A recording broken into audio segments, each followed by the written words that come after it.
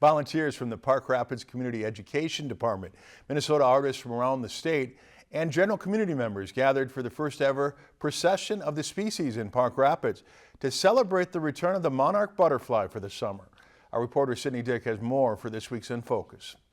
And we need monarchs, we need all butterflies, we need all species to sustain our lives as humans. The idea behind the event was not only to mark the return of the monarch butterflies, but also to welcome spring on a nice day after a hard winter. It was a community event, but I think in particular they invited a couple of school groups, and one from Pine Point came. And so I think we had 65 people making these little hand puppets in the morning. There was a template if you wanted to do it to look exactly like a monarch butterfly, but there was also a lot of creativity and people kind of created their own designs, and so that's always fun to see.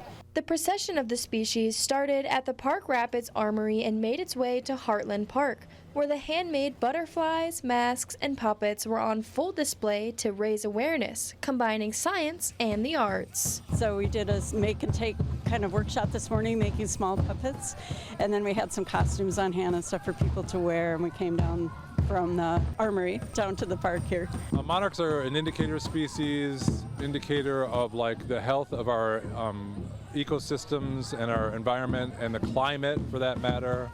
And they're very vulnerable to significant alterations of the landscape. For instance, they very much depend on milkweed for raising their young, laying their eggs and raising their young. And when we, decimate all of the milkweed, they suffer terribly. Bears, moose, and several other animals were also included in the event, celebrating the biodiversity of northern Minnesota. Especially coming out to celebrate the beauty of the earth and the preciousness of the creatures that we depend on for our survival, and how much they mean to us, because we have a history with these animals that goes far back. We need to be out, we need to be together. Reporting from Park Rapids with this week's In Focus, I'm Sydney Dick, Lakeland News.